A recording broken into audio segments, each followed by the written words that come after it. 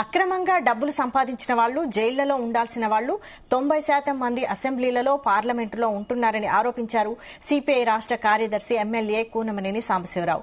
సిద్దిపేట జిల్లా హుస్నాబాద్లో సిపిఐ 4వ జిల్లా మహాసభ ప్రదర్శన ర్యాలీలో సిపిఐ జాతీయ కార్యవర్గ సభ్యుడు చాడ వెంకటరెడ్డితో కలిసి సాంబశివరావు పాల్గొన్నారు. కమ్యూనిస్టులు అధికారంలోకి వచ్చి నేరపూరిత రాజకీయ నాయకులను లెక్కలు తీసి జైళ్లలో పెట్టే రోజులు వస్తాయన్నారు. కమ్యూనిస్టు పార్టీలో ఉన్నవాళ్ళు మీరు అనుకోవచ్చు. ముందుగా మీకు అందరూ చెబుతున్నా, మన పార్టీలో చిన్న పార్టీ కాబట్టి మన పార్టీ నాయకులు తక్కువ అంచనా వేసుకోకండి, మన నాయకులు తక్కువ అంచనా వేసుకోకండి. ఎందుకు కమ్యూనిస్ట్ పార్టీలో ఉన్నారు, మన చిన్న పార్టీ కాబట్టి నాయకులు కూడా చిన్నగా ఆలోచన చేయకండి.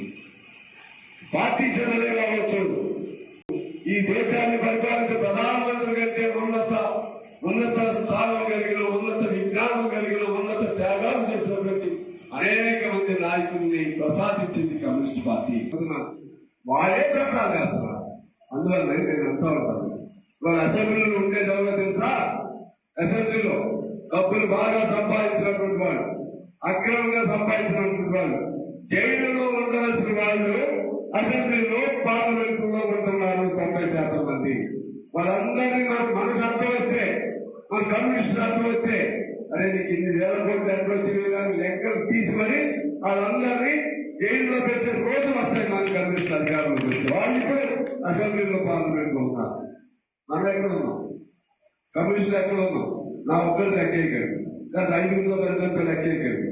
కమ్యూనిస్టులు ఎక్కడ ఉన్నాం? మనం ఉంటే రోడ్ల మీద ఉన్నాం. పరిస్థితి ఉండదు.